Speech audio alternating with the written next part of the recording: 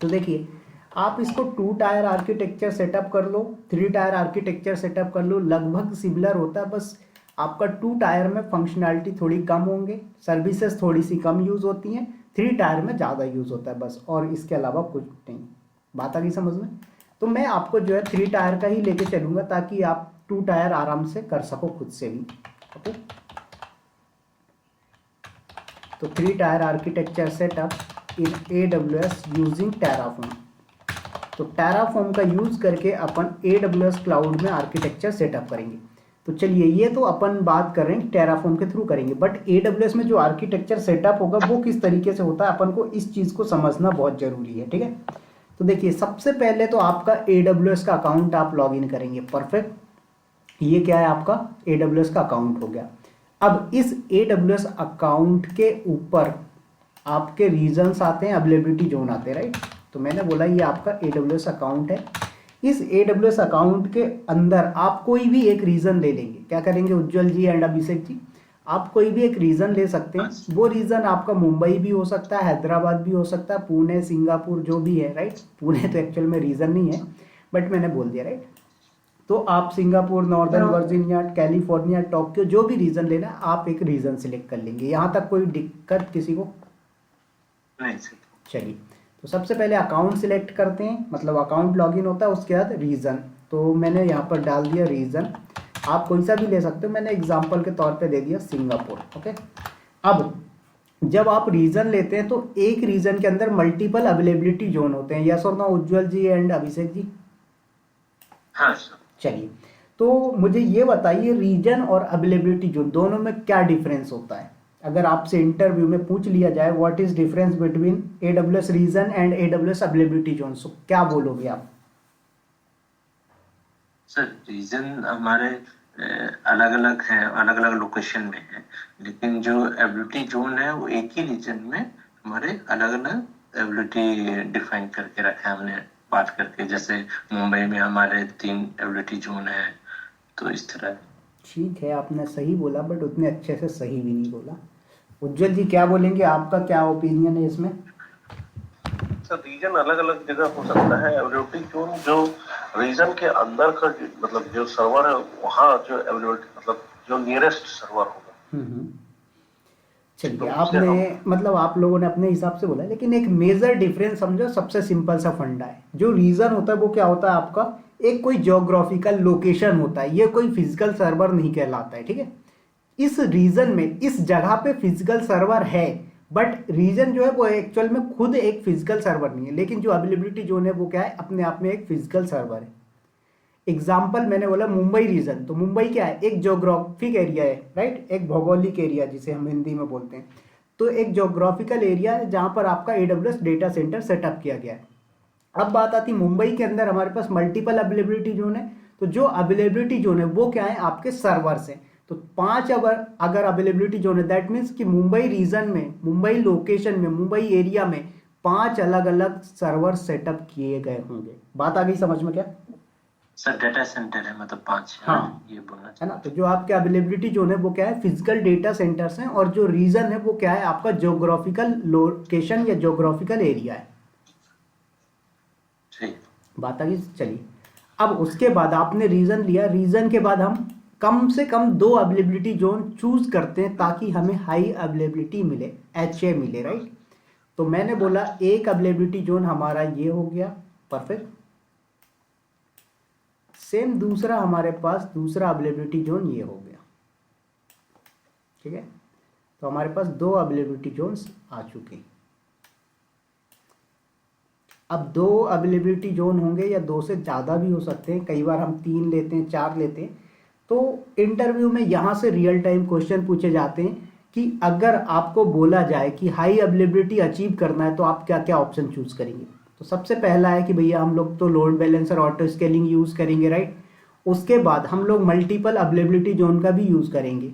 बात आ गई समझ में? तभी आप क्या कर सकते हो, हाई अवेलेबिलिटी जोन अचीव कर सकते हो, sorry high availability of application achieve कर सकते हो। तो मैंने बोला कि इसको मैं नाम दे देता हूँ AZ1, मतलब अवेलेबिलिटी जोन 1। ओके, क्या हो गया, मैंने इसका नाम दे दिया अवेलेबिलिटी जोन 1। सेम इसको मैंने नाम दे दिया अवेलेबिलिटी जोन 2।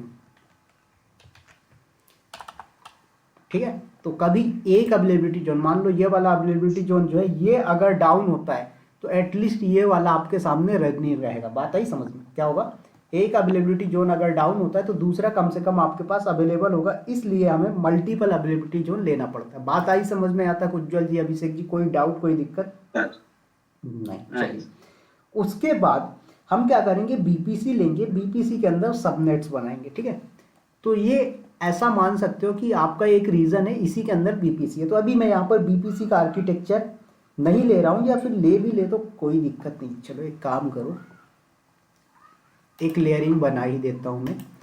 तो ये आपका जो अवेलेबिलिटी जोन है,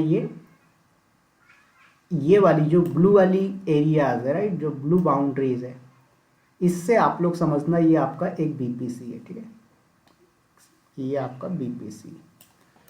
तो देखो ये पूरा का पूरा, हाँ बोलिए। ठीक है, तो ये आपका बीपीसी है, इस बीपीसी के अंदर अवेलेबिलिटी जोन्स हैं। उसके बाद यहाँ पर आपको क्या क्रिएट करने, सबनेट्स। तो कम से कम हम 3 सबनेट क्रिएट करते हैं। ये मैं बेसिक आर्किटेक्चर लेके चल रहा हूँ। इंडस्ट्री के अंदर 3 सबनेट से काम नहीं होता है, 6-6, 8-8 सबनेट्स होते हैं। ठीक है, तो एक सबनेट ये हो गया, दूसरा सबनेट ये हो गया, तीसरा सबनेट ये हो गया। परफेक्ट। तो ये एक अवेलेबिलिटी जोन के लिए हो गया। सेम दूसरे अवेलेबिलिटी जोन के लिए भी आपको क्या करने पड़ेंगे, 3 सबनेट्स बनाने पड़ेंगे। एक सबनेट ये बनाया आपने, दूसरा सबनेट आपने ये क्रिएट किया, तीसरा सबनेट आपने ये क्रिएट किया। तो 3 सबनेट्स भी आ गए आपके पास, जिसमें से दोनों अवेलेबिलिटी जोन में क्या होंगे, एक एक पब्लिक सबनेट होगा। तो मैंने बोला ये मेरा पब्लिक हाइफन सबनेट है। परफेक्ट, क्या है, ये मेरा पब्लिक हाइफन सबनेट है। क्या है, पब्लिक सबनेट। उसके बाद दूसरा भी मेरे पास ये जो है, ये क्या है, ये भी मेरा पब्लिक सबनेट। परफेक्ट। अब ये आपके पास 2 पब्लिक सबनेट हो गए। अब बाकी के जो बचे हुए 4 हैं, इनको हम क्या करेंगे, प्राइवेट सबनेट कंसीडर करके चलेंगे। क्या करेंगे, प्राइवेट सबनेट। ठीक है, तो यहाँ पर मैं इसको अंदर ही ले लेता हूँ। तो ये आपका प्राइवेट होगा। चलिए, तो एक प्राइवेट सबनेट आपका ये हो गया, दूसरा ये हो गया, तीसरा ये हो गया, चौथा वाला ये हो गया। 3 टायर बोल रहे हैं, बता रहा हूँ ये बोलिए, आप बोलिए, बाकी मैं समझाऊंगा अभी। अच्छा, तो यहाँ पे हमारे एक एबिलिटी जोन है, मतलब टोटल 2 एबिलिटी जोन है, जिसमें हमने एक पब्लिक लिया और 2 प्राइवेट लिए। ठीक है, अब इसको समझो कि ये हमारे अवेलेबिलिटी जोन तो 2 हैं, बट हमने क्या बोला, 3 टायर, राइट, मतलब 3 लेयर। तो पहला जो लेयर होगा आपका वो ये कहलाएगा। क्या होगा, फर्स्ट लेयर जो होगी आपकी वो ये कहलाएगी। पता है इसमें कस्टम कलर कहाँ से ले सकते हैं, समझ में आ, ठीक है। तो ये आपको समझ में आ रहा है, कलर मतलब ऐसा तो नहीं है थोड़ा सा लाइट है। चलिए, तो पहली लेयरिंग कौन सी हो गई आपकी, ये वाली। दूसरी लेयरिंग जो होगी आपकी वो ये वाली होगी। ठीक है, दूसरी लेयरिंग जो होगी वो आपकी ये वाली हो गई। तीसरी लेयरिंग जो होगी आपकी वो ये लेयर हो गई।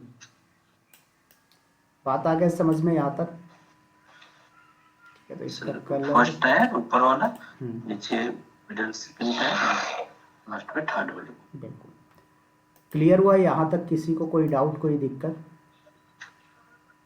देखो मैंने अलग अलग कलर में रख दिया है। ग्रीन कलर जो है वो आपका थर्ड लेयर है, उसके बाद ये वाला जो कलर है वो कौन सा आपका सेकेंड लेयर है, और ये येलो कलर वाला फर्स्ट लेयर है। ठीक है, अब 3 लेयरिंग आपने बना दी। अब इसमें से जो पहले वाले को हम नेम देंगे वो देंगे वेब सर्वर। क्या करेंगे सर, नेम देंगे वेब सर्वर। तो ये आपका वेब सर्वर कहलाएगा। ठीक है, उसके बाद दूसरा वाला जो होगा वो होगा हमारा एप्लीकेशन सर्वर। ठीक है, क्या होगा, एप्लीकेशन सर्वर।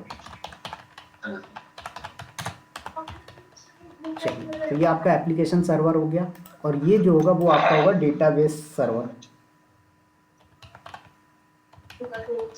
क्या है, this is your database server. तो लेयर 1 हो गया आपका वेब सर्वर, लेयर 2 हो गया एप्लीकेशन सर्वर, लेयर 3 हो गया आपका डेटाबेस सर्वर। अगर मैं 2 टायर की बात करता तो इसमें आपके पास एक ही लेयर होता, या तो वेब लेयर होती या एप्लीकेशन लेयर होता। पता की समझ में? तो दो लेयर आपकी होंगी, जिसमें एक तो यूजर को इंटरेक्शन होता है, दूसरे में डेटाबेस स्टोर होता है जो कि बैकएंड में चलता है। लेकिन अगर 3 लेयर की बात करते हैं तो यहाँ पर आपके पास 2 लेयर आपकी एप्लीकेशन के लिए होती है, एक लेयर डेटाबेस के लिए होती है। बात आ गई समझ में? ठीक है, नहीं सर, फिर रिपीट कीजिए। मैंने बोला कि अगर मैं 2 टायर आर्किटेक्चर की बात कर रहा हूं तो मेरे पास एक लेयर होगा जो कि वेब सर्वर है। वेब सर्वर मतलब कोई भी एप्लीकेशन है या कोई भी वेबसाइट है जो कि यूजर एक्सेस कर पा रहा है। ठीक है, अब यूजर वहां से कोई डेटा डाल रहा है तो वो कहाँ स्टोर हो रही है? डेटाबेस में। तो एक लेयर जिसे हम लोग ग्राफिकल बोलते हैं, GUI बोलते हैं, राइट, जिसको यूजर एक्सेस कर रहा है, तो ये आपका एक लेयर हो गया। दूसरा लेयर जहां पर डेटाबेस है, डेटा स्टोर हो रहा है, तो दूसरा लेयर ये हो गया। लेकिन अगर 3 टायर की बात करते हैं तो पहले लेयर में आपका वेब सर्वर है, दूसरे लेयर में आपका एप्लीकेशन है, तीसरे में डेटाबेस है। इससे क्या होता है? सिक्योरिटी मेंटेन हो जाती है। बात आ गई समझ में? तो कई बार आपसे ये भी पूछा जाता है कि 2 टायर आर्किटेक्चर और 3 टायर आर्किटेक्चर में क्या सेटअप होता है, सॉरी क्या डिफरेंस होता है। तो देखिए, ये तो आप बता ही दोगे कि सर इसमें 2 लेयर होती है, इसमें 3 लेयर होती है। बट जो आपका 2 टायर आर्किटेक्चर होता है वो छोटे मोटे प्रोजेक्ट्स के लिए ठीक है, बट आपका जो 3 टायर है वो हाई लेवल एप्लीकेशन को बनाने के लिए किया जाता है, जो लार्ज साइज के एप्लीकेशंस होते हैं उनके लिए डिजाइन किया गया है। बात आ गई समझ में? यहाँ तक चलिए, अब यहाँ पर आपने डेटाबेस बना दिया है। अब ये जो आपके प्राइवेट सबनेट्स हैं इनको आप कोई भी IP एड्रेस दे सकते हैं, और उसके बाद यहाँ पर आपका एक इंटरनेट गेटवे लगा होगा, ये BPC के पास, राइट। तो मैंने बोला this is our internet gateway. क्या है? ये अपना इंटरनेट गेटवे, राइट। BPC में अपन लोग यूज कर रहे थे ना इंटरनेट गेटवे, ये बस वही है और कुछ नहीं। इस इंटरनेट गेटवे से ट्रैफिक बाहर अंदर होगी, यहाँ पर यूजर बैठा हुआ, ठीक है, ये आपका यूजर है। चलिए, this is your user.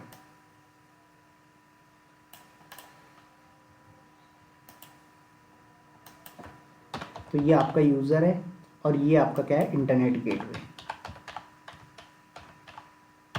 GW मतलब गेटवे। IGW। हाँ, IGW भी आप समझ सकते हैं, मैंने इंटरनेट पूरा लिख दिया। तो इस तरीके से आपका इंटरनेट गेटवे बन गया, राइट। अब उसके बाद आपके जो भी ट्रैफिक्स आएंगे वो क्या होगा? यहाँ पर एक पब्लिक सबनेट के ऊपर आपका एक बनेगा नेट गेटवे। क्या बनाएंगे सर? एक पब्लिक सबनेट के ऊपर एक आपका बनेगा नेट गेटवे। ठीक है, ध्यान रखना इस चीज़ को आप लोग। तो यहाँ पर एक आपका नेट गेटवे बन गया।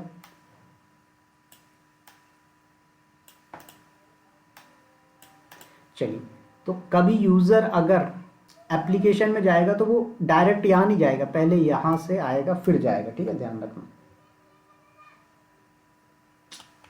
एक सेकेंड। तो देखो, यहाँ से आपकी ट्रैफिक, ये इंटरनेट गेटवे, ये इस तरीके से जाएगा। कब? जब ये एप्लीकेशन लेयर की बात होगी, तो इसके अंदर जब आएगा तो वो इस तरीके से आएगा, राइट। तो इस प्राइवेट सबनेट के अंदर भी एक EC2 होगा, एक EC2 यहाँ पर आपका रखा हुआ है, एक EC2 यहाँ पर है, उसके बाद सेम एक EC2 यहाँ पर भी रखा हुआ है, उसके बाद एक EC2 इंस्टांस यहाँ पर रखा हुआ है, एक EC2 इंस्टांस यहाँ पर। सब में आपका क्या है? एप्लीकेशन और डेटाबेस चल रहा है। तो EC2 मतलब यहाँ पर RDS इंस्टांसेस हैं आपका। ठीक है, चलिए, तो देखो यहाँ से यूजर ने हिट किया इंटरनेट गेटवे पे। अगर वो पब्लिक सर्वर को एक्सेस कर रहा है, मतलब वेब सर्वर को एक्सेस कर रहा है, तब तो कोई दिक्कत ही नहीं है, उसको यहाँ से रिस्पॉन्स मिल रहा है, राइट, इंटरनेट गेटवे से।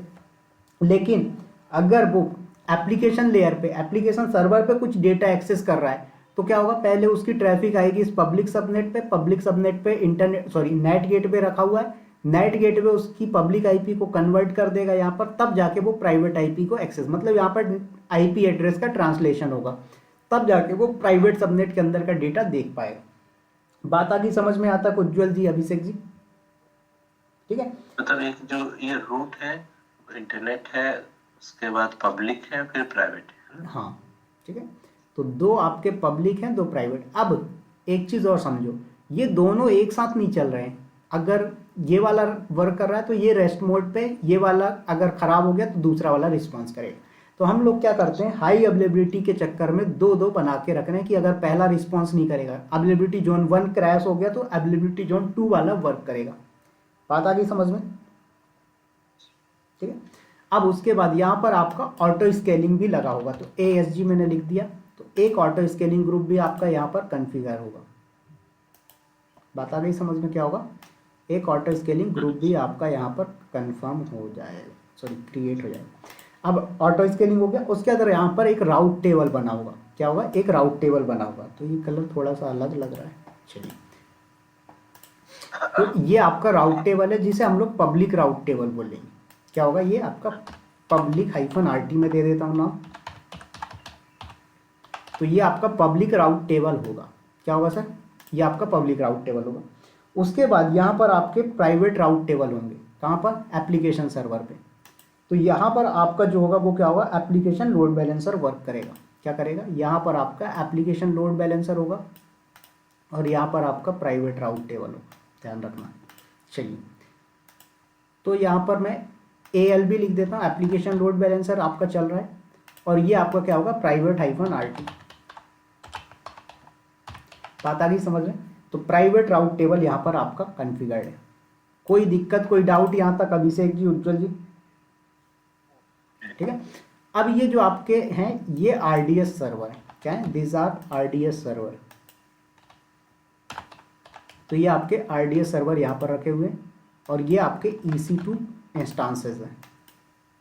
ध्यान से समझ लेना, कोई दिक्कत हो पूछ सकते हैं आप लोग, ठीक है, जो भी चीज़ समझ नहीं आए। देखिए, तो इस तरीके से अब सपोज दैट यूज़र कुछ काम कर रहा है, राइट, तो उसने अपना डेटा डाउनलोड करना है। जैसे कई बार होता है आपने अपनी इमेज अपलोड कर दिया कहाँ पर? गूगल फोटोज़ में, गूगल ड्राइव में, उसको डाउनलोड करना है। दैट मीन्स क्या हो रहा है? आप डेटा को एक्सेस कर रहे हो कहाँ से? डेटाबेस सर्वर से। तो ये कैसे आएगा? वो इस प्राइवेट राउट टेबल के थ्रू यहाँ तक पहुँचेगा, इस RDS इंस्टांस तक, RDS सर्वर तक। बात आ गई समझ में?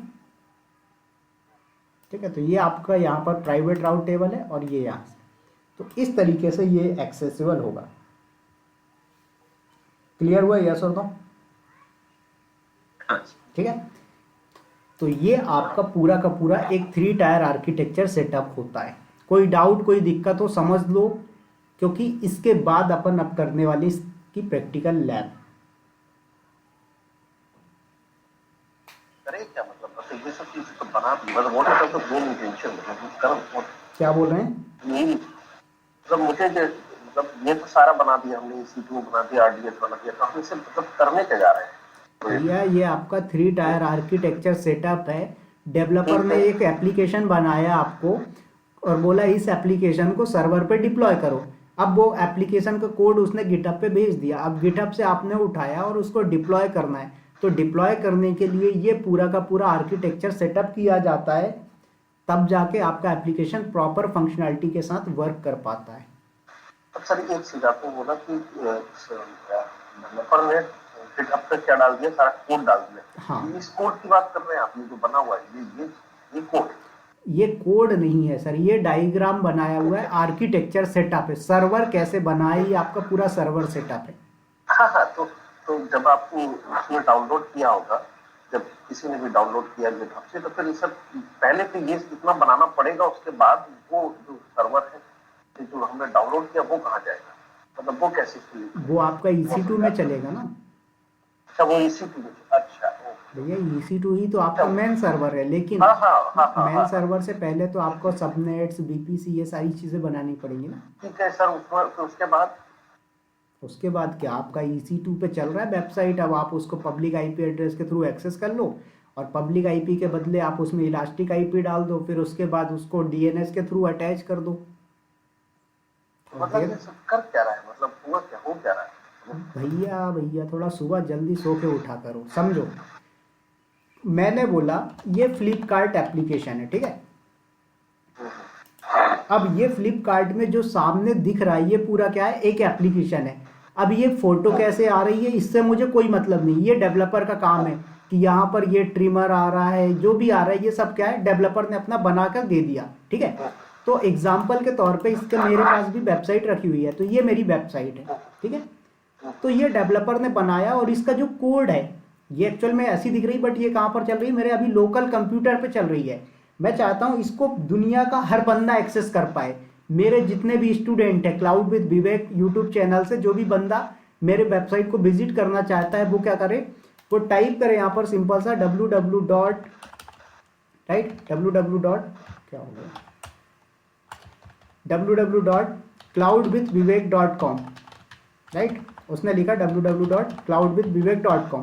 तो जैसे ही बंदा यहाँ से हिट करे, क्या हो, उसको ये जो दिख रहा है दिस नॉट फाउंड, उसको क्या होना चाहिए, मेरी ये वाली वेबसाइट दिखनी चाहिए, ये वेबसाइट, ठीक है। अब ये वेबसाइट को आप कैसे कहाँ पर रन करोगे, उसके लिए ये पूरा तामझाम करना पड़ता है। ये आपका आर्किटेक्चर होता है, इसमें सिक्योरिटी मेंटेन करनी है, हैकर आपकी वेबसाइट को हैक ना कर ले, कहीं ऐसा ना हो कि यूज़र ने यहाँ पर बैठा और आपने यूज़र से बोला पेमेंट कर दे, यूज़र ने यहाँ पर बैठा और अपना यूज़र नेम और पासवर्ड डाला या नेट बैंकिंग का या फिर डेबिट कार्ड का डिटेल डाला और OTP डाला और पता चले यहाँ से आपका कुछ सिक्योरिटी वीक था, यहाँ से साइट से हैकर आया, उसने अटैक किया और यहीं के यहीं डेटा गायब कर दिया, इसकी इन्फॉर्मेशन आपके डेटाबेस तक पहुंची नहीं। आप बोलोगे भैया आपकी कोई एंट्री नहीं है मेरे डेटाबेस में, मैं कैसे मान लूँ कि आपने मेरा कोर्स परचेज किया है या आपने मुझे पेमेंट की है। बात आई समझ में? यस और नो, है ना। तो इसके लिए ये पूरा इतना सारा चीज़ें सेटअप करनी होती है।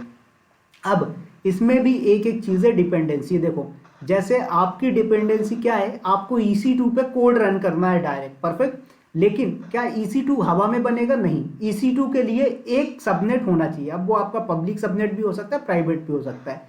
तो EC2 क्रिएट करने के लिए हमारे पास एटलीस्ट एक सबनेट होना चाहिए। अब सबनेट होने के लिए, मतलब सबनेट क्रिएट करने के लिए आपके पास एक BPC होना चाहिए। तो तीन चीज़ें तो आपकी वैसे ही रिक्वायरमेंट आ गई कि BPC है अगर आपको, तभी आप सबनेट बना पाओगे, और सबनेट है आपके पास तभी EC2 इंस्टांस बन पाएगा, परफेक्ट। अब मैंने बोला कि इस पे इंटरनेट कनेक्टिविटी होना चाहिए, तभी तो मेरे EC2 इंस्टांस का जो एप्लीकेशन है वो यूज़र एक्सेस कर पाएगा। तो उसके लिए क्या करना पड़ेगा, आपको इंटरनेट गेटवे लगाओगे, तभी जाके आपके BPC पे इंटरनेट अवेलेबल होगा। तो एक इंटरनेट गेटवे आपकी रिक्वायरमेंट हो गई, डिपेंडेंसी हो गई। फिर आपने बोला कि मेरा प्राइवेट सबनेट पे भी एक एप्लीकेशन रन हो रहा है, राइट। तो प्राइवेट सबनेट पे जब आपका एप्लीकेशन रन हो रहा है तो प्राइवेट सबनेट पे तो इंटरनेट होगा ही नहीं क्योंकि ये प्राइवेट है। तो इसके लिए क्या करना पड़ेगा आपको, यहाँ से आपको नेट गेटवे के थ्रू IP भेजना, तो इसलिए आपको नेट गेटवे भी क्रिएट करना पड़ा। अब आपने बोला भैया मेरे को ना यूज़र जो भी काम कर रहा है, यूज़र अपना पेमेंट कर रहा है, कुछ भी कर रहा है, कुछ भी डिटेल है वो मेरे डेटाबेस में स्टोर होनी चाहिए। कल को आप ट्रेन टिकट बुक कर रहे हो, फ्लाइट टिकट बुक कर रहे हो, कैसे पता लगेगा कि आपने बुक किया भी था या नहीं किया था? झूठा, भाई आप झूठा क्लेम कर दो कंपनी के ऊपर कि मैंने टिकट बुक किया था और मेरी टिकट बुक नहीं हुई। इसके लिए कंपनी क्या करती है, डेटाबेस में इंफॉर्मेशन स्टोर करती है आपकी डिटेल। आपने जैसे ही टिकट बुक किया एक ट्रांजेक्शन ID जनरेट होगा, ट्रांजेक्शन ID के साथ आपका PNR नंबर होगा, आपका नेम होगा, पूरी इंफॉर्मेशन होगी कि आप कहाँ से चढ़ोगे, कहाँ पर उतरोगे, डेस्टिनेशन क्या होगा आपका, तो वो सारी इंफॉर्मेशन डेटाबेस में। तो अब ये डेटाबेस ऐसा भी नहीं होना चाहिए कि ये यूज़र यहाँ से आया और किसी की भी इंफॉर्मेशन देख ले। ऐसा होता है कभी कि आप अपनी IRCTC ID लॉगिन करो और मेरी ID के अंदर का देख लो कि विवेक ने कहाँ से कहाँ तक की टिकट बुक करी है, उसका PNR नंबर क्या है, नहीं। तो ये सिक्योरिटी मेंटेन, तो सिक्योरिटी मेंटेन करने के लिए प्राइवेट सबनेट में आपका डेटाबेस रखा जाता है। तो डेटाबेस के लिए हमारा RDS इंस्टांस क्रिएट किया जाता है। अभी आ गई बात समझ में? कोई डाउट, कोई दिक्कत है तो पूछ लो। क्लियर है, यस और नो? हेलो, ठीक है। अब एक क्वेश्चन यहाँ पर आपका आ सकता है कि सर ये अगर हमने पूरा ऐसा सेटअप किया तो ये दूसरा वाला क्यों किया है? तो ये दूसरा वाला इसलिए सेटअप किया ताकि कभी इन फ्यूचर में मान लो AWS का पहला अवेलेबिलिटी जोन काम नहीं कर रहा है, कुछ खराबी आ गई, डेटा सेंटर में आग लग गया, डेटा सेंटर की हार्ड डिस्क खराब हो गई, या डेटा सेंटर में नेटवर्क अवेलेबल नहीं है, डेटा सेंटर की जो लैन केबल है चूहे ने काट दिया, फिर क्या करोगे? तो उसके लिए आपको भैया चलो एक क्रैश हुआ तो दूसरे में ऑटोमेटिक ट्रैफिक डाइवर्ट होने लगेगी। बात आ गई समझ में? ठीक है। तो इस पूरी चीज को अपन सेटअप करेंगे मैनुअली। तो क्या करोगे? कुछ नहीं, AWS अकाउंट लॉगिन करोगे। तो यहां पर आ जाते हैं मैं और AWS अकाउंट लॉगिन करते हैं, राइट।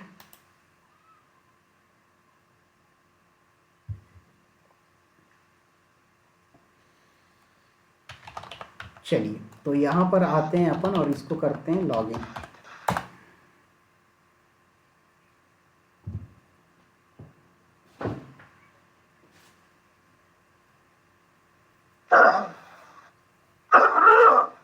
देखिए, तो मैंने बोला ये मेरा अकाउंट है। अब आपने क्या बोला कि विवेक भाई अकॉर्डिंग टू डायग्राम सबसे पहले अकाउंट होना चाहिए, मिल गया अकाउंट। उसके बाद मुझे क्या करना है, एक रीजन चूज करना। तो रीजन मैंने बोला यहाँ पर मैं ले लेता हूँ Singapore according to diagram, Singapore region में आ गए।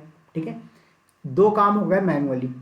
अब उसके बाद तीसरा काम क्या है मेरे को, एक मेरे पास बीपीसी होना चाहिए। तो मैंने बोला देखते हैं मेरे पास बीपीसी है कि नहीं। अच्छा सर, बाय डिफॉल्ट जो VPC इससे नेतागिरी नहीं हो पाएगी वो, नहीं नहीं, तो VPC बनाना पड़ेगा। डिफॉल्ट बीपीसी पे कोई भी कंपनी काम नहीं करती है। ठीक है, तो यहाँ पर आएंगे हम। देखो आपको प्रैक्टिस करना है तो आप कर सकते हो डिफॉल्ट बीपीसी का यूज, बट ऑर्गेनाइजेशन नहीं अलाउ करता है, पहली चीज। दूसरी चीज क्या होता है कि आपने अगर डिफॉल्ट बीपीसी यूज किया तो यहाँ पर आपको क्या प्रॉब्लम फेस करने को मिल सकती है कि हो सकता है जो बीपीसी का नेटवर्क है उस पर आप 2 ही सबनेट बना पाओ, but according to your requirement कितने सबनेट बनने हैं, 6 सबनेट। तो फिर यहाँ पर आपका डिफॉल्ट बीपीसी का काम ही खत्म हो गया। फिर आपका बीपीसी बनाओगे तो यहाँ पर आप क्रिएट बीपीसी पे क्लिक करेंगे, फिर बीपीसी का CIDR टैग नेम ये सब दोगे, बीपीसी बन जाएगा। फिर आएंगे आप सबनेट क्रिएट करेंगे, फिर राउट टेबल क्रिएट करेंगे, इंटरनेट गेटवे क्रिएट करेंगे, राइट, तब जाके आपका ये काम हो पाएगा। तो ये सारी चीज़ें जो हम कर रहे हैं ये क्या है, मैनुअली हो रहा है। ऑर्गेनाइजेशन के अंदर बोलते हैं कि यार ये चीज़ आप मैनुअली करोगे तो आपका ड्रॉबैक ये होगा कि मान लो ये आपका, अब इसको ध्यान से समझना, देखो ये जो पूरा सेटअप लगाया है आपने, ये क्या है, बैकएंड का सेटअप है। बैकएंड में मतलब सर्वर साइड पे सेटअप है। अब यहाँ पर मैंने आपको दिखाया कि ये हमारा फ्लिपकार्ट है, साइड में अमेजोन का एप्लीकेशन भी मैंने ओपन कर दिया। ठीक है, क्या किया मैंने, अमेजोन ओपन कर दिया। अब देखो इसमें जरा, ये डैशबोर्ड अमेजोन का है, ये डैशबोर्ड फ्लिपकार्ट का, लेकिन इनके बैकएंड की फंक्शनैलिटी समझोगे अगर आप, ठीक है, तो आपका फ्लिपकार्ट में कैश ऑन डिलीवरी का ऑप्शन मिलता है, अमेजोन में कैश ऑन डिलीवरी मिलता है। डेबिट कार्ड आपका फ्लिपकार्ट सपोर्ट करता है, अमेजोन डेबिट कार्ड सपोर्ट करता है। क्रेडिट कार्ड फ्लिपकार्ट सपोर्ट करता है, क्रेडिट कार्ड अमेजोन सपोर्ट करता है। उसके बाद आपको रियल टाइम ट्रैकिंग, मतलब एक ट्रैकिंग आईडी मिलती है कि आपका प्रोडक्ट कहाँ तक पहुंचा, कब डिलीवर होगा, सारी चीज़ें फ्लिपकार्ट में मिलती है। यही सारे ऑप्शन आपको कौन देता है, अमेजोन देता है। तो देखा जाए तो भैया सामने का इनका जो दिखाने का तरीका है वो अलग है, लेकिन बैकएंड में इनका जो काम हो रहा है वो लगभग सिमिलर हो रहा है। ये भी अपना चड्डी बनियान बेच रहा है और ये भी अपनी चड्डी बनियान ही बेच रहा है, राइट। तो देखा जाए तो दोनों ही क्या है, ई कॉमर्स एप्लीकेशन है। लेकिन हमारी जो कंपनी है क्लाउड विद विवेक, वो क्या बोलता है, भैया मैं तो सर्विस प्रोवाइड करवा रहा हूँ, सर्विस मतलब एप्लीकेशन बना के दे रहा हूँ, तो मेरे को तो क्या करना है, यहाँ पर टाइम बचाना है। तो क्लाउड विद विवेक ऑर्गेनाइजेशन क्या बोला कि मान लो यार, सपोज दैट आपने ये जो आर्किटेक्चर है मैनुअल सेटअप किया, किसके लिए, फ्लिपकार्ट के लिए। कल को हमारे पास एक नया क्लाइंट आया, उसको भी सेम सेटअप करके देना है, फिर क्या करोगे, फिर इसको मैनुअल सेटअप करोगे। तो भैया ये एक ही चीज को डबल डबल क्यों करना। तो इसके लिए बोला गया एक काम करो, टेराफॉर्म में ये कोड लिखो पूरा कि हमारा एक बीपीसी बनेगा, रीजन कौन सा होगा, कितने अवेलेबिलिटी जोन होंगे, कितनी सारी चीजें होंगी, ये सारी चीजें आप यहाँ पर डिसाइड करते हैं। बात आ गई समझ में क्या। तो इससे एडवांटेज ये होता है कि कोड एक बार लिखते हैं और इसको यूज बार बार कर सकते हैं। बात आ गई समझ में उज्जवल जी एंड अभिषेक जी, है ना। तो इसीलिए हमें यहाँ पर जो है तो टेराफॉर्म का यूज करना पड़ेगा। तो आते हैं अपन और एज पर रिक्वायरमेंट इस डायग्राम के अकॉर्डिंग, तो मैं इसको जरा सेव कर देता हूँ। पहले आपने जो बताया था वो अलग अलग एक एक बताया, अब हम जो कर रहे हैं बिल्कुल, अब पूरा कंपनी की जो रिक्वायरमेंट है उसके हिसाब से सेटअप कर रहे हैं। ठीक है, तो अभी तक आपने ABCD पढ़ी, आज पढ़ोगे hello welcome to India, my name is Johnny Sins, है ना। तो आज आप अंग्रेज बन जाओगे। बात आ गई समझ में। चलिए आते हैं, इसको करते हैं सेटअप।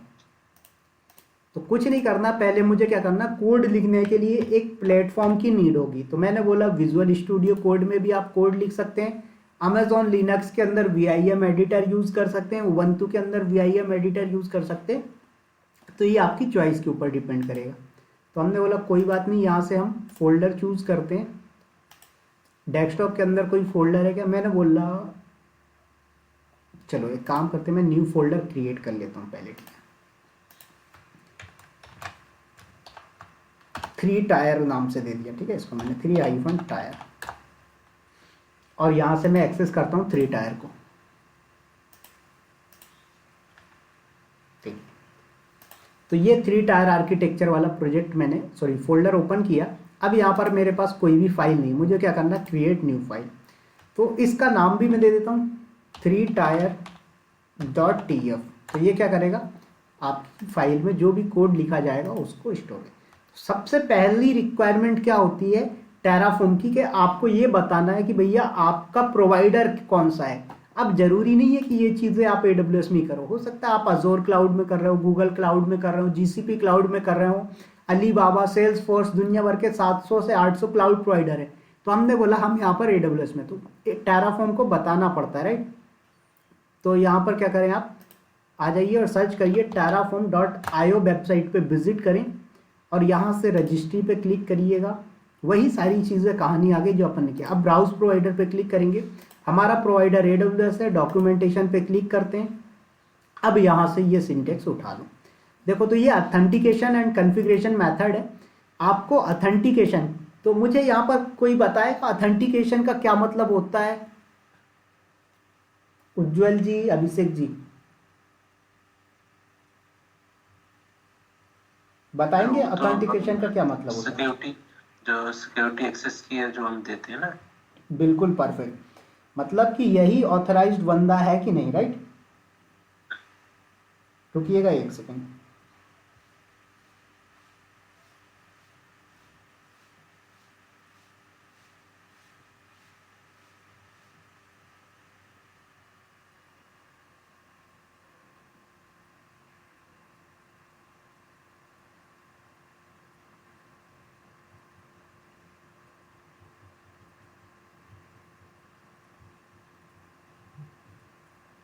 चलिए सॉरी, हाँ। तो यहाँ पर आपके पास ऑथेंटिकेशन मतलब क्या है कि हाँ आप ही जेन्युइन बंदे हो, एक तरीके से आपका यूज़र आईडी और पासवर्ड डिफाइन करना, राइट। तो user ID and password define करने के ये 6 मेथड हैं, आप कोई सा भी यूज़ कर सकते हो। कंपनी के अंदर मोस्टली ये 3 चलते हैं। पहला चलता है शेयर्ड क्रीडेंशियल फाइल, दूसरा शेयर्ड कॉन्फ़िगरेशन फाइल और तीसरा वाला आपका इंस्टांस वाला ले लेते हैं, या कई बंदे यहाँ पर कंटेनर प्रोफाइल लेते हैं, ठीक है। और एनवायरनमेंट वेरिएबल भी ले सकते हो आप, कोई दिक्कत की बात नहीं। तो हमने क्या बोला कि यहाँ पर आएंगे अपन और ये वाला पैरामीटर उठा रहे हैं, ठीक है। अब यहाँ से एक्सेस की सीक्रेट की और रीजन, ये चीज़ें मैं डिफाइन नहीं करूँगा। क्यों, उज्जवल जी बताएंगे मैं यहाँ पर 3 चीज़ें क्यों डिफाइन नहीं कर रहा हूँ? रीजन, एक्सेस की, सीक्रेट की। हेलो, आवाज़ आ रही है उज्जवल सर? हाँ, मैं डिफाइन नहीं कर रहा हूँ। क्यों नहीं कर रहा हूँ बताइए? क्योंकि ये चीज़ मैंने आपको बताया था कि मैं या तो चाहूँ तो इस फाइल में ही एक्सेस की सीक्रेट की रीज़न डिफाइन कर दूँ, या फिर मैं चाहता हूँ कहीं और डिफाइन करना तो कहीं और भी डिफाइन कर सकता हूँ। परफेक्ट। तो मैं क्या करूँगा, AWS कॉन्फ़िगर कमांड चला के कमांड लाइन पे प्रोवाइड करवा दूंगा वो डिटेल्स। बात आ गई समझ में? क्लियर है, यस और नो? हाँ सर, ठीक है, थोड़ा सा तेज बोले, क्या है उज्जवल जी, तबीयत सही नहीं है क्या? नहीं सर, ठीक है। चलिए ठीक है, ओके। तो सबसे पहला काम आपने क्या किया, यहाँ पर चूज किया अकाउंट, रीजन। अब आपको क्रिएट करना है एक BPC, ठीक है। BPC के अंदर जब सबनेट्स बनाएंगे तब अलग अलग अवेलेबिलिटी जोन में लेंगे। तो मैंने बोला यहाँ पर BPC क्रिएट करने के लिए मुझे BPC वाले कोड पे जाना है। तो यहाँ पर आप देख सकते हैं ये BPC है। अब यहाँ पर आएंगे आपको तो AWS_BPC दिखेगा, ये राइट। तो अब देखो यहाँ पर BPC नॉर्मल या फिर BPC with tag name and all, तो मैंने ये वाला लिया, ठीक है। अब यहाँ पर आ जाइए और ये CIDR ब्लॉक आपको अलग रखना है ताकि आप क्या कर सको। तो यहाँ पर पहले टैग नेम अपडेट करो, तो मैंने टैग नेम दिया 3tire BPC, ओके। इंस्टांस की टेनेंसी डिफॉल्ट रख रहे हैं। CIDR ब्लॉक, तो CIDR ब्लॉक के लिए मैं क्या करता हूँ, यहाँ पर जेमिनी यूज कर लेता हूँ, ठीक है। चलो यहीं पर ओपन कर लो।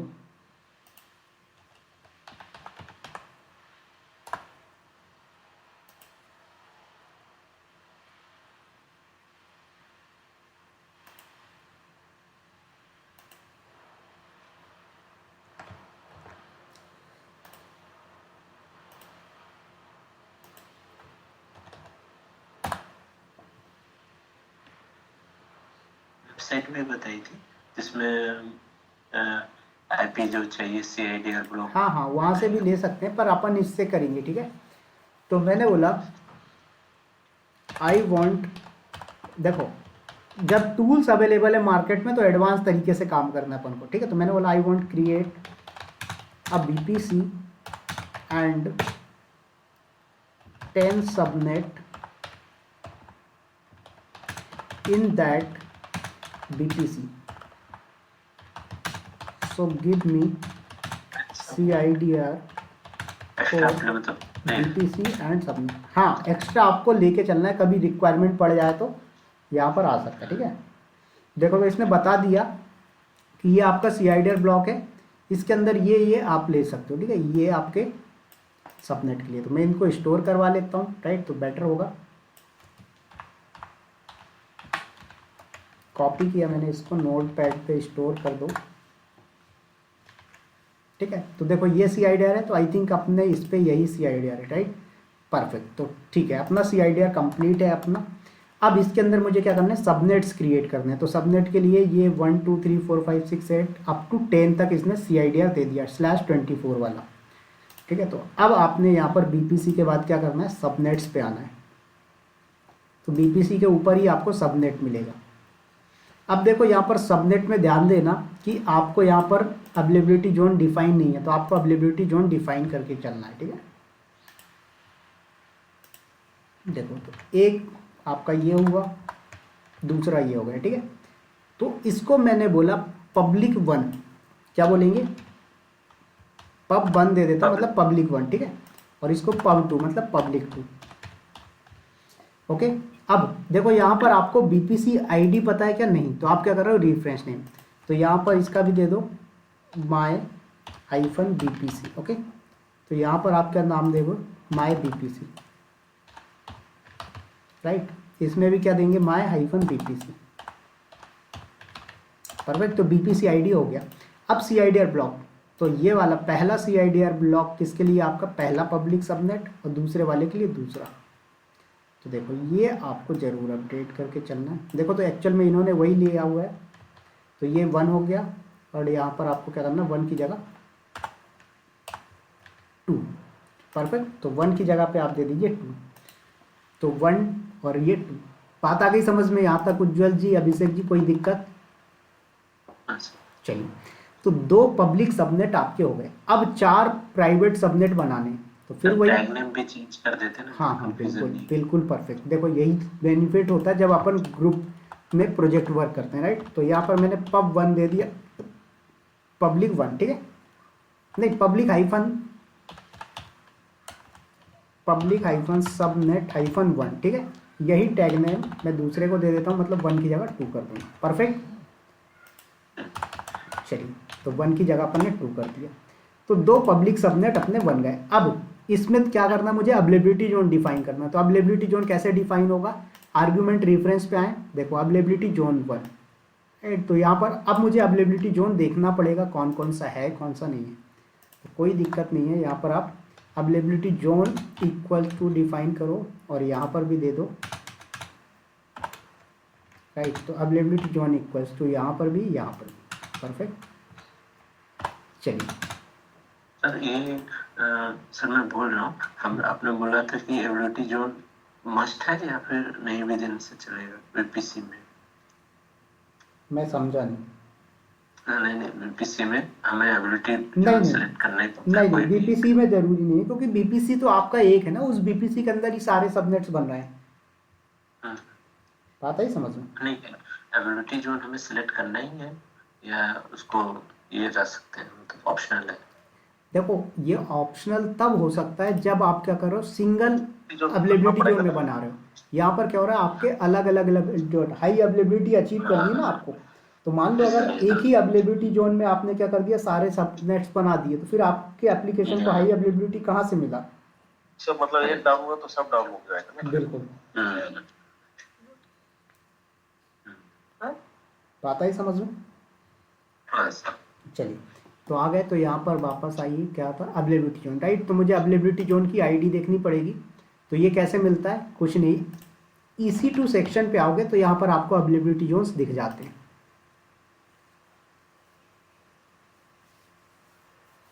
देखिए, तो यहाँ पर ये आपका डैशबोर्ड पे ही रहना है, ठीक है। देखो EC2 डैशबोर्ड यहाँ पर देखो आपको दिख रहा है, ये AP south east 1A 1B 1C। तो मैंने बोला कि एक सबनेट मेरा 1A में रखेंगे, दूसरा 1B में रखेंगे। परफेक्ट, समझ में आया अभिषेक जी, उज्जवल जी? हाँ ठीक है, तो ये 1A हो गया और ये 1B हो गया। आप लोग ये गलती मत करना, ध्यान से समझना, ठीक है जो चीज़ें। देखो तो ये अवेलेबिलिटी जोन 1A, ये 1B, तो एक सबनेट आपका 1A में हो गया, दूसरा सबनेट 1B में हो गया। परफेक्ट, तो ये हो गया। अब मैंने क्या बोला, वापस से मुझे 4 सबनेट और बनाने, राइट। तो एक काम करता हूँ मैं, अब इसको इतना सेव कर दिया मैंने। अब एक नई फाइल क्रिएट करूँगा, इस फाइल का नाम रखूँगा private-subnet.tf। इससे क्या होगा कि यहाँ पर सिर्फ मैं प्राइवेट सबनेट्स ही रखूँगा, ठीक है। तो ये प्राइवेट 1, प्राइवेट 2, प्राइवेट 3, प्राइवेट 4। बात आ गई समझ में?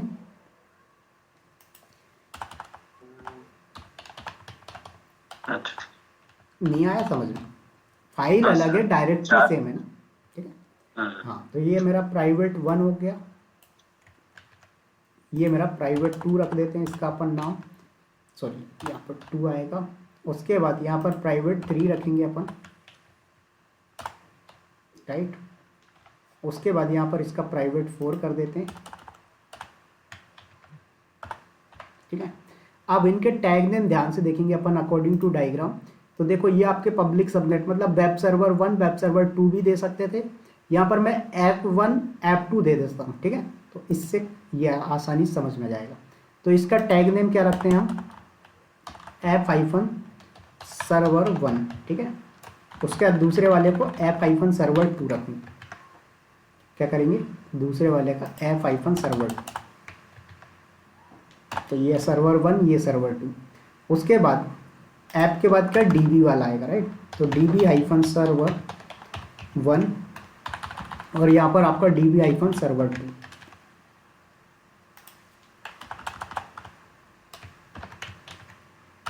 बात आ गई समझ में? यहाँ तक कोई डाउट, कोई दिक्कत? सर ये IP, हाँ, अभी CIDR चेंज करेंगे, ठीक है। तो ये CIDR है अपना। तो स्टार्टिंग के 2 अपन ने यूज़ कर लिए हैं, राइट। क्या किया है, यूज़ कर लिया। तो इनको मैं दे भी देता हूँ यहाँ पर, पब्लिक 1 है, पब्लिक 2 है, ठीक है। तो ये पब्लिक 1 और ये अपना पब्लिक 2 के लिए। Perfect, right. अब यहाँ पर ये वाले, तो ये अपन ले लेते हैं। तो 3 से अपन को कितने लेने हैं, 3, सॉरी कॉपी करो, 3, 4, 5, 6 यहाँ तक लेने पड़ेंगे अपन को। ये 4 उठाने हैं, ठीक है। और 4 अपन ने एक्स्ट्रा ले लिए थे, राइट। तो 3 से 6 तक चलेगा। चलिए, तो आ जाइए यहाँ पर कुछ, तो एक काम करो, इसको चेंज कर दो। 1, 2 तो ले ही लिया अपन ने, इसको 3 देंगे, इसको अपन 4 दे देते हैं, इसको अपन 5 दे देते हैं और इसको अपन 6 दे देते हैं। तो ये अपना BPC और सबनेट वाला काम हुआ कंप्लीट। बात आ गई समझ में यहाँ तक? क्लियर है? अब अपन को क्या करना है, इंटरनेट गेटवे लेके आना है। तो यहाँ पर देखेंगे आप, इंटरनेट गेटवे इसी में मिल जाएगा, ये AWS_इंटरनेट गेटवे। तो ये आपका इंटरनेट गेटवे है, इसको कॉपी किया मैंने। एक फिर नई फाइल बनाऊंगा। हाँ बोलिए। सर इसमें हम एबिलिटी जोन नहीं करेंगे ना? ओ देंगे, सॉरी, अच्छा वो याद दिलाया आपने। अच्छा, इसमें फिर हमें अलग अलग करना पड़ेगा, 2 एबिलिटी जोन वहां से कॉपी करके।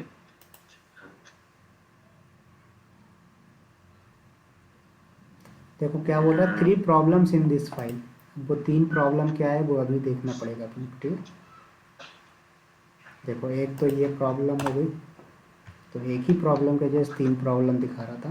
तो ये IGW वाले में आइए, IGW कोड देखो। तो BPC ID पूछ रहा है, तो BPC ID तो है नहीं, तो मैं क्या बोलूँगा, BPC ID का रिफरेंस, राइट। तो क्या है, माई BPC, तो इसको दे दो माई BPC.id। तो ये उस BPC में अटैच हो जाएगा। परफेक्ट। अब आते हैं प्राइवेट सबनेट। तो इसमें क्या अवेलेबिलिटी जोन देना है। तो ध्यान दीजिएगा, according to diagram 2 private first वाले में, 2 प्राइवेट इस वाले में। तो स्टार्टिंग सॉरी कहाँ गया ये, तो देखो ऐप सर्वर और ऐप सर्वर 2, तो ये वाले को दूसरे अवेलेबिलिटी जोन में, इसको दूसरे में, इसको दूसरे में, इसको दूसरे में, इस तरीके से देंगे, राइट। तो अवेलेबिलिटी जोन अपन को यहीं से उठा लेते हैं, कहाँ गया ये, परफेक्ट। चलो 1A वाले को उठाते हैं, पहले कॉपी करेंगे, प्राइवेट सबनेट में आएंगे, देखो तो इसको मैंने दे दिया अवेलेबिलिटी जोन 1A, ठीक है। इसको कहाँ दे देंगे, इसको देंगे 1B में, बात आई समझ में, इसको 1B, हाँ प्राइवेट 1 को, ठीक है। अब इसको फिर अगेन क्या करेंगे, इसको 1A में देंगे अपन और इसको 1B में देंगे। उज्जवल जी समझ में आ रहा है, कोई दिक्कत, कोई डाउट? हेलो, ठीक है सर। ठीक है। तो ये अपना इतना काम हो गया कंप्लीट। तो क्या क्या कर लिया अपन ने, बीपीसी बना दिया, इंटरनेट गेटवे क्रिएट कर दिया, अटैच कर दिया, पब्लिक सबनेट, प्राइवेट सबनेट बन गए। अब मुझे क्या करना, राउट टेबल बनाना है, हाँ ठीक है। तो एक राउट टेबल पब्लिक बनेगा, 2 राउट टेबल प्राइवेट बनेंगे, या फिर आप चाहो तो 2 राउट टेबल ना बनाकर एक पब्लिक एक प्राइवेट बना लो और सेम राउट टेबल को जो है तो डेटाबेस और एप्लीकेशन के लिए यूज कर लो। बेटर होगा 3 अलग अलग राउट टेबल बनाओ, एक पब्लिक बनाओ, 2 प्राइवेट, है ना, तो कंफ्यूजन नहीं रहेगा, दिक्कत नहीं रहेगी। तो मैंने बोला एक पब्लिक राउट टेबल पहले क्रिएट किया जाए। तो आ जाते हैं यहाँ पर, राउट टेबल का ऑप्शन दिख रहा है आपको, ये राउट टेबल है। तो ये राउट टेबल का ऑप्शन यहाँ से आप उठाएंगे, तो यहाँ पर एक सेकेंड,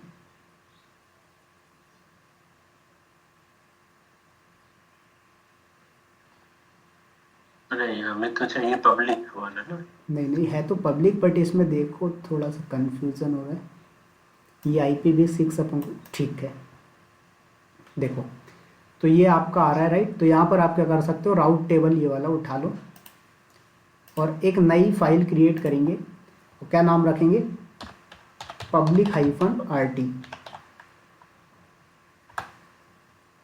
क्या हो गया इसको, सॉरी टैग नेम इसका, टैग नेम बोल रहा हूँ कि .tf देना है, ठीक है, RT नहीं। चलिए हो गया। तो देखो ये IPv6 का राउट है, IPv6 की नीड नहीं है तो हटा दिया अपन ने।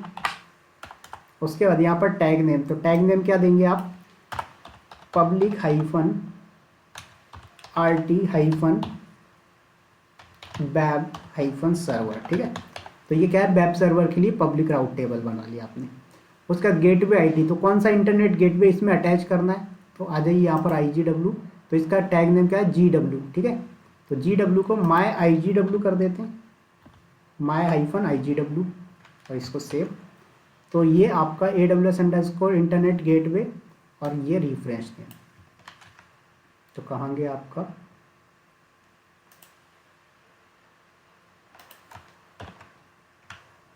चलिए तो कहाँ गया आपका, ये आपका, राइट। तो my-IGW.id, परफेक्ट। अब उसके बाद यहाँ पर BPC, तो BPC का ID का रिफरेंस दोगे आप, तो किस BPC में, तो my-BPC, यही रखा हुआ है आपने। देखो एक बार देख लो, क्रॉस चेक करना बहुत ज़रूरी है। देखो AWS_BPC.mybpc.id, तो ये तो AWS_BPC.mybpc.id, परफेक्ट। तो इतना काम अपन ने कर लिया। क्या क्या किया सर, यहाँ पर आपने पब्लिक सबनेट, प्राइवेट सबनेट, उसके बाद पब्लिक राउट टेबल, इंटरनेट गेटवे, BPC, इतनी चीज़ें हो गई।